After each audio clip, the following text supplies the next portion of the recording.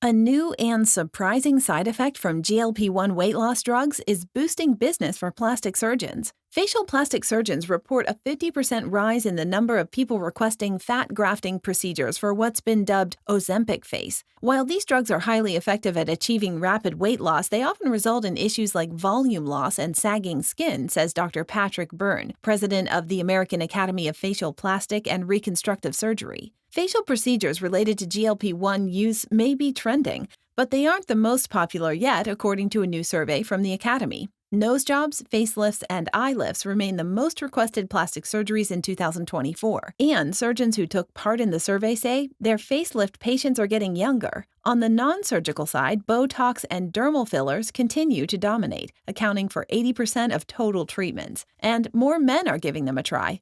Hair transplantation remains the only procedure where men significantly outnumber women.